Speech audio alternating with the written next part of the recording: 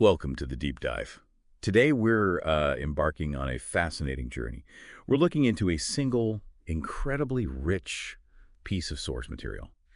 We've got our hands on what the source itself calls a global transmission. It's an audio clip, and honestly, it's just packed with these really dramatic, interconnected claims. It paints a very specific, pretty intense picture.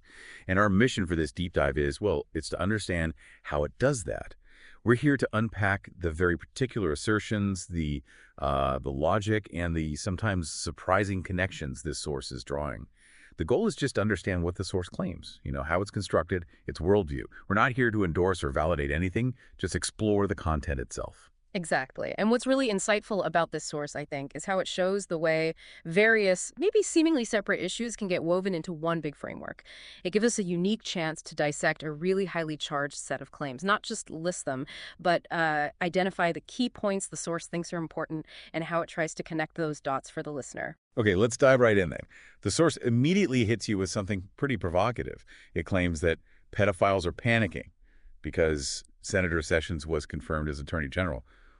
What does that tell us? Why start there? It seems like a really high-stakes entry point. It is, yeah. It's fascinating because it's not just like a factual statement. It feels like a direct emotional appeal, right?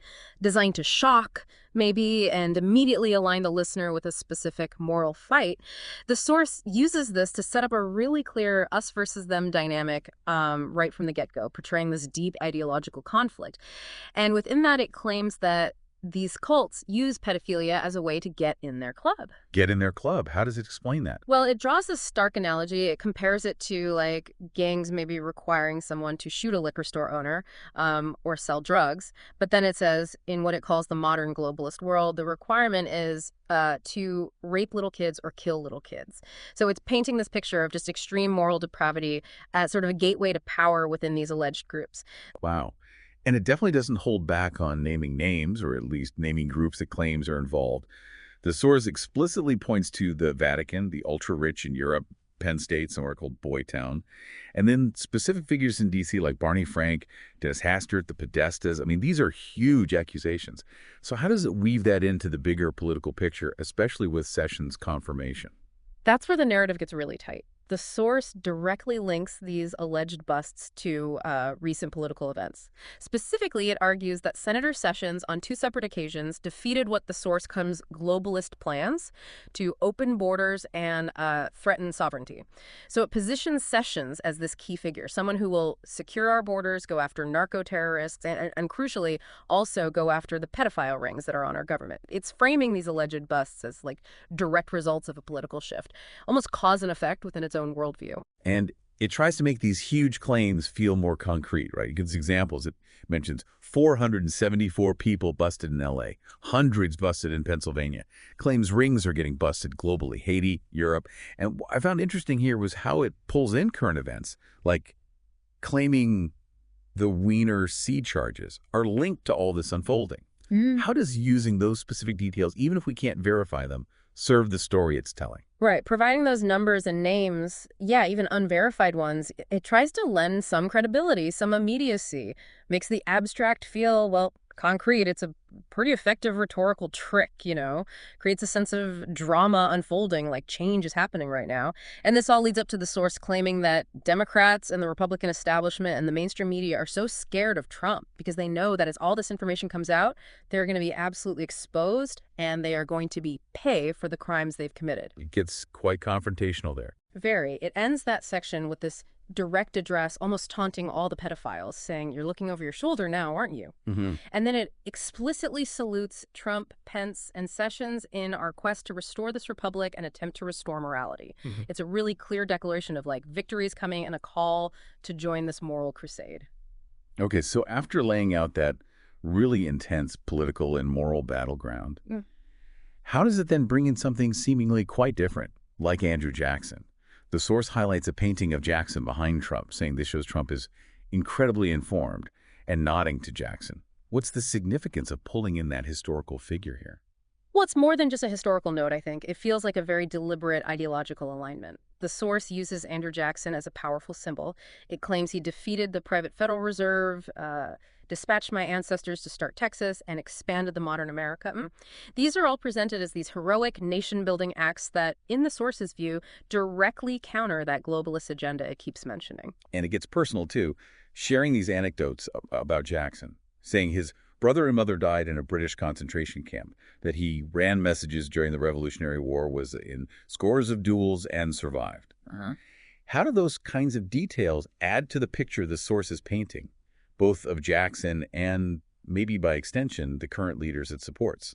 Yeah, those stories aren't just trivia, are they? They're meant to humanize Jackson, paint him as this really resilient, patriotic figure who suffered, who fought against the established powers of his day. And that's where Jackson becomes more than just history. The source actually calls him the model of the anti-New World Order system. So it's not just interesting history, it's an ideological bridge. It draws a direct line from Jackson's actions back then to the current administration's stance, as the source sees it. Suggests this fight has been going on for a long time. Okay, so from Jackson, the source then shifts focus, again, quite dramatically, actually. It asserts that the big megabanks and their propaganda whores like Bloomberg and MSNBC, CNBC, CNN are pushing a world financial collapse right now. I mean, the language there is incredibly aggressive, very derogatory towards those outlets. What's the supposed reason for this, according to the source? The source gives a very specific motive. It claims the goal is simply to blame Trump. Why? Because, according to the source, he's bringing back major computer companies, car companies, you name it. Yeah. So in this narrative, these powerful banks and media outlets are like actively trying to sabotage the country's financial success to undermine Trump's achievements. They're racing to blow away the financial success. And it also loops back, claiming the Clintons and all the different crime networks they're involved in right now are panicking as the world awakes to what they're doing. So the alleged opposition isn't just financial institutions. No, it broadens the conspiracy, pulls more figures in, and then it gets into claims about censorship. It specifically talks about an appearance on the Joe Rogan podcast, claiming it was the biggest he's ever done, with something like close to 40 million views total, which brings up this whole theme of, how the source sees its own message getting out or being blocked. Right, and it makes a direct accusation. It says they're censoring that on Facebook, Google, YouTube, you name it, not letting it hit the #1 chart somewhere people see it. That seems pretty central to the narrative, this idea of a battle over information itself. Exactly. And the source sort of wraps up this section by claiming that even with this alleged censorship, it's all blowing up in their face. Just like it says, attempts to cover up institutional pedophilia are failing. So it reinforces that overarching message. There's this unstoppable truth coming out, and nothing can suppress it. The spread of its own message becomes part of that resistance narrative. Okay, so we've had politics, history, media, finance, alleged conspiracies, and then the source brings in a final sort of distinct set of claims. It starts with another historical analogy, drums of war, air raid sirens. It feels like it's shifting to something more personal, maybe. It does feel that way. It then talks about what it calls silent weapons for quiet war operating now in the 21st century, and it gets specific about the threats. Pathogens added to the food and water, to the lining of plastics that destroy our vitality, turn off our hormones, and accelerate our journey towards death. It's a very stark, almost apocalyptic view of these invisible threats just damaging people's health directly. And this is where it gets particularly unique, I suppose. The source offers a personal counter strategy. It pitches a product called Androplex. How does it connect that to these silent wars? Well, Androplex, which the source presents as its own supplement available on its platform, it's claimed to be designed with known organic concentrated herbs to create the basic foundation to normal metabolic activity inside the human body. So it's positioned basically as a defense mechanism, a way for you, the individual, to fight back and reclaim your health against these hidden, pervasive threats it just described. And the whole thing culminates in this very direct call to action, promoting the product. It says, it's time for us to take our bodies back into our own hands. And it starts at Infowars.com with Androplex. It ties everything together from global conspiracies right down to personal health and points the listener towards a specific action, buying this product. Yeah, when you step back and connect all those threads, it's really quite something. This comprehensive, totally interconnected narrative presented in the global transmission.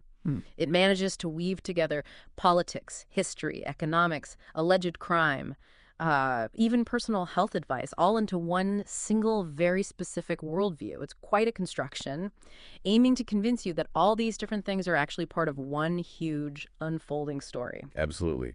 And just to reiterate, our goal here in this deep dive was simply to articulate what the source claims, to analyze how it builds its arguments and why it makes the connections it does. It really highlights how information can be presented not as, verified facts, but as a very specific lens, a way the source sees the world and wants you to see it too. Right. And maybe a final thought for you listening is, in a world just saturated with information, how do different sources build their narratives? How do they connect events that might seem unrelated? What does it tell us about the power of storytelling itself, even when we're dealing with really charged, often unverified claims? And how are those narratives designed not just to inform, but maybe to inspire action or change how you perceive things? How do they try to offer both an analysis and a kind of prescription, a way to respond? Definitely something to think about. We encourage you to consider the impact of these powerful narratives, how they shape our understanding, and as always, to keep exploring the vast landscape of information out there with a critical eye.